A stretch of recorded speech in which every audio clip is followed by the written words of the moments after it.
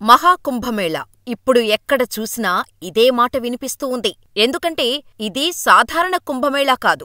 144 సంవత్సరాల తర్వాత వచ్చిన కుంభమేళా.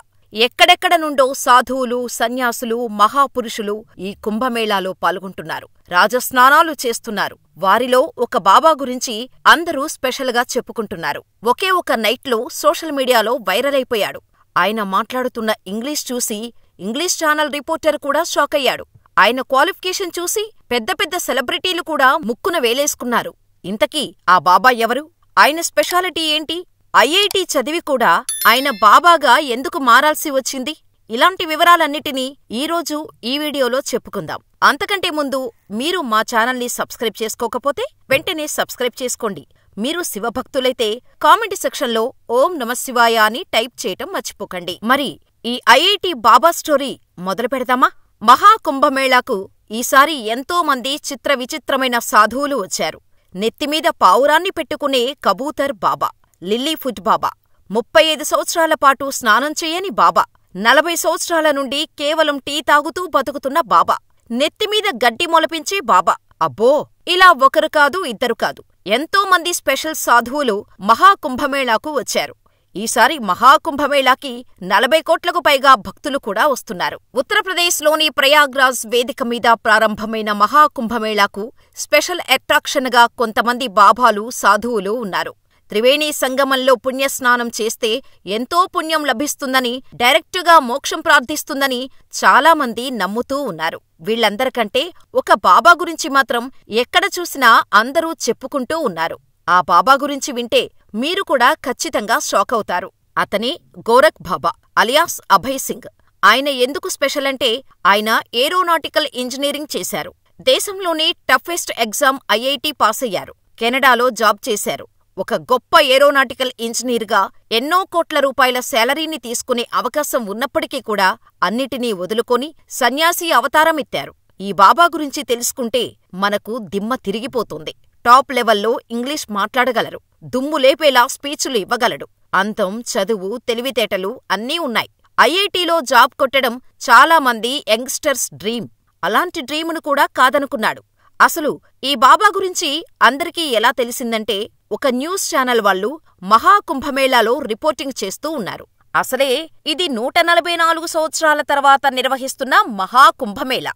ఇప్పటికే చాలా మంది ఎన్నో రీల్స్, వీడియోస్ చేస్తూ సోషల్ మీడియాలో అప్లోడ్ చేస్తూ ఉన్నారు. అలా అనుకోకుండా చిరునవ్వులను చిందిస్తూ ప్రశాంతంగా చూస్తున్న ఒక కుర్రాడిని న్యూస్ రిపోర్టర్ చూశాడు. అతని బ్యాక్గ్రౌండ్ ఏంటి అని ఎంక్వైరీ చేసిన ఆ రిపోర్టర్కి మైండ్ బ్లాక్ అయింది. ఎందుకంటే ఐఐటి ముంబై నుండి గ్రాడ్యుయేట్ అయ్యాడు ఈ బాబా. ఏంటి, ఐఐటి బాంబేయా? నేను నమ్మను అని ఆ రిపోర్టర్ మనసులో అనుకున్నాడో ఏమో కాని ఆ వీడియోని మాత్రం సోషల్ మీడియాలో అప్లోడ్ చేశాడు. సోషల్ మీడియాలో రాత్రికి రాత్రే ఆ వీడియో వైరల్ అయింది. జనాలు ఎగబడి ఆ వీడియోని షేర్ చేసుకోవటం స్టార్ట్ చేశారు. పెద్ద పెద్ద సెలబ్రిటీలు కూడా ఐఐటి బాబా గురించి ట్వీట్స్ చేస్తూ ఉండేసరికి ఒకే రాత్రికి ఈ బాబాజీ ఫేమస్ అయిపోయాడు. ఈ ఇయర్ మోస్ట్ సర్చ్డ్ గూగుల్ సెలబ్రిటీగా ఇతనే ఉంటాడు అనడంలో కూడా ఆశ్చర్యం లేదు. సో సోషల్ మీడియాలో వైరల్ అయ్యాక బ్యాక్గ్రౌండ్ వెరిఫికేషన్ జరుగుతుంది కదా. అతని బ్యాక్గ్రౌండ్ గురించి తెలుసుకున్న తర్వాత జనాలకు దిమ్మ తిరిగిపోయింది. ఐఐటి బొంబాయిలో ఆయన గ్రాడ్యుయేట్ అయినట్టుగా ఫోటోలు, వీడియోలు కూడా వైరల్ అయ్యాయి. ఏరోస్పేస్ ఇంజనీరింగ్ ఐఐటిలోనే చాలా టఫెస్ట్ పార్ట్. అలాంటిది అభయ్ సింగ్ అలవోకగా ఐఐటి కంప్లీట్ చేశాడు. చిన్నప్పటి నుండే చాలా తెలివైన అభయ్ హర్యానాలో ఒక మిడిల్ క్లాస్ ఫ్యామిలీలో పుట్టాడు. ఆయన ఒక గొప్ప ఇంజనీర్ అవుతాడని అతని ఫ్యామిలీ మెంబర్స్ ఎన్నో ఆశలు పెట్టుకునే ఉంటారు కదా. అభయ్కి క్యాంపస్ ప్లేస్మెంట్స్లో ఉద్యోగం దొరికినప్పుడు ఫ్యామిలీ చాలా సంతోషించారు. ముఖ్యంగా తన పేరెంట్స్ తమ బిడ్డ కార్పొరేట్ కంపెనీలో జాబ్ చేస్తున్నాడు అని అందరికీ గర్వంగా చెప్పుకున్నారు. అలాంటి టైంలోనే అభయ్ ఒక బాంబు పేల్చాడు. నాకు ఇంజనీరింగ్ పెద్దగా ఇంట్రెస్ట్ లేదు, ఫోటోగ్రఫీ చేస్తాను అని కొన్ని రోజులు కెమెరా పట్టుకుని ఫోటోగ్రఫీ కూడా నేర్చుకున్నాడు. అది కూడా కొంతకాలమే సాగింది. ఈ ప్రాపంచిక విషయాల మీద పెద్దగా ఇంట్రెస్ట్ లేని అభయ్ స్పిరిచువాలిటీ వైపు అడుగులు వేశాడు. ఈసారి ప్రయాగ్రాజ్లో నిర్వహిస్తున్న కుంభమేళాలో ఆయన స్పెషల్ అట్రాక్షన్గా మారిపోయారు. ఇక్కడ మీకొక ఇంట్రెస్టింగ్ విషయం చెప్పాలి. అభయ్ ఈ విధంగా సన్యాసిగా మారటం వాళ్ళ ఫ్యామిలీలో ఎవరికీ ఇష్టం లేదు. చిన్నప్పటి నుండి అల్లారుముద్దుగా పెంచుకున్న కొడుకు ఒక సన్యాసిగా మారిపోతే ఎవరు మాత్రం తట్టుకోగలరు?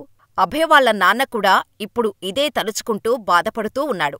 లక్షలు లక్షలు పోసి అభయ్ని ఏరోస్పేస్ ఇంజనీరింగ్ చదివించారు ఆయన తండ్రి. ఆయన పేరు కరణ్ గ్రేవల్. అభయ్ వాళ్ళ నాన్న హర్యానాలోని టాప్ మోస్ట్ లాయర్. కానీ కొడుకు మాత్రం ప్రపంచంలో ఉన్న సుఖాలను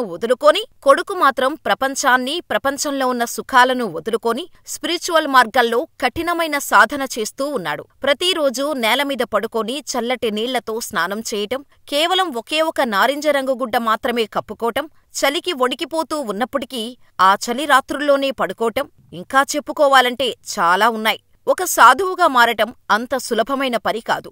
ఎంతో గట్టి హృదయం ఉండాలి. ముఖ్యంగా మోహమాయలను వదులుకోవాలి. భగవంతుడి పట్ల ఎంతో నమ్మకం, భక్తి ఉండాలి. ఇవన్నీ అభయ్లో పుష్కలంగా ఉన్నాయి. అందుకే కోట్ల రూపాయల శాలరీని వదులుకొని ఆ ముక్కంటినే నమ్ముకున్నాడు. అభయ్ ఐఐటి కంప్లీట్ చేసిన తర్వాత డిజైనింగ్లో మాస్టర్స్ పూర్తి చేశాడు. కెనడాలో కొన్ని నెలలు పనిచేశాడు. అయితే కెనడాలో జాబ్ రిజైన్ చేసి ఇండియాలో ఉన్న స్పిరిచువల్ ప్లేసెస్లో కొన్ని నెలలు గడిపాడు. షిమ్లా, ముసోరియా, ధర్మశాల ఇలా ఎన్నో చోట్ల సింపుల్గా జీవించాడు. ఈ స్పిరిచువల్ ప్లేసెస్ గడిపిన తర్వాత అభయ్ సన్యాసిగా అవతారమెత్తాడు. అయితే గత 6 నెలల క్రితం వరకు కూడా అభయ్కి వాళ్ళ నాన్న కరణ్కు మధ్య కమ్యూనికేషన్ ఉండేది. అయితే ఈ మధ్యనే అభయ్ తన తండ్రిని బ్లాక్ చేశాడు. ఆయనతో పూర్తిగా మాటలు కట్ చేశాడు. ఇంటి దగ్గర ఆయన కోసం బెంగపెట్టుకున్న తల్లి కన్నీళ్లు పెట్టుకుంటూ తన కొడుకు తిరిగి వస్తాడు అని ఎదురుచూస్తూ ఉంది. కాని ఆధ్యాత్మిక మార్గంలో ఇంత దూరం ప్రయాణించిన తర్వాత అభయ్ తిరిగి తన ఇంటికి వెళ్తాడు అని చెప్పటానికి లేదు. చిన్నప్పటి నుండి ఇండిపెండెంట్గా బతకటానికి అలవాటు పడిన అభయ్ తన జీవితాన్ని తనకు నచ్చినట్టుగా జీవించే అధికారం ఉందని, తనమీద మేము ఎలాంటి ఒత్తిడి పెట్టమని కరణ్ చెబుతున్నారు. రియల్లీ గ్రేట్ కదా. నిజానికి అభయ్ ఐఐటి చేశాక కూడా స్పిరిచువల్ లైఫ్ ఎందుకు సెలెక్ట్ చేసుకున్నారు? ఆయన్ని ప్రభావితం చేసిన విషయమేంటి? మనకు అత్యంత చిన్న విషయంగా అనిపించేదే అభయ్ను ఇప్పుడు సన్యాసిగా మార్చింది. అదే ఇంట్లో అమ్మానాన్నల మధ్య గొడవలు. ఎస్, మీరు విన్నది నిజమే. మీకు దేవుళ్ళ సినిమా గుర్తుందా? ఈ మధ్య యానిమల్ మూవీలో విలన్గా నటించిన పృథ్వీ ఈ మూవీలో హీరో. ఎవరైనా చూడకపోతే యూట్యూబ్లో ఉంటుంది, ఒకసారి చూడండి. తల్లిదండ్రులు ఇద్దరూ ప్రతిరోజూ పోట్లాడుకుంటూ గొడవలు పడుతూ ఉండటం వల్ల చిన్నపిల్లలు దేవుళ్లను వెతుక్కుంటూ ఇంట్లోనుంచి పారిపోతారు. సరిగ్గా అభయ్ జీవితంలో కూడా ఇదే జరిగింది. చిన్నప్పటినుంచి అమ్మానాన్న తరచుగా గొడవ పడుతూ ఉండటం వల్ల అభయ్కి సంసారం మీదే విరక్తి కలిగింది. రాత్రులు లేటుగా నిద్రపోతూ, ఫ్రెండ్స్ ఇంట్లో చదువుకుంటూ, గ్రూప్ స్టడీస్ చేస్తూ ఉండిపోయేవాడు. ఇంటికి వెళ్తే అమ్మానాన్న గొడవలు తప్పించి ఇంకేమీ ఉండవు కదా. వాటిని తప్పించుకోటానికి అభయ్కి చదువు తప్ప మరో మార్గం కనిపించలేదు. ఇంట్లో తనను అర్థం చేసుకునేవాళ్లు ఎవరూ లేరు. పైగా చీటికీ మాటికీ గొడవలు. ఇవి ఆ పసి హృదయాన్ని ఎంతో గాయం చేశాయి. అందుకనే ప్రపంచంలోనే చాలామంది సాధించాలనుకునే సక్సెస్ను సాధించినప్పటికీ కూడా అతను ప్రశాంతమైన జీవితాన్నే సెలెక్ట్ చేసుకున్నాడు. అందరూ అభయ్లాగా మారిపోవాలి అని చెప్పటం మా ఉద్దేశం కాదు. మీ పిల్లలు కూడా ఇలాంటి మానసిక టార్చర్కి గురవుతున్నారేమో ఒకసారి గమనించండి. పిల్లల ముందు గొడవలు, కొట్లాటలు పెట్టుకోకుండా ప్రేమగా కలిసి ఉండే ప్రయత్నం చేద్దాం. వాళ్ళు సన్యాసులుగా కాకుండా దేశాన్ని ముందుకు నడిపే గొప్ప సంఘ సంస్కర్తలుగా మారుద్దాం. మరి ఈ వీడియో మీకు నచ్చినట్లయితే జై హింద్ అని టైప్ చేయండి.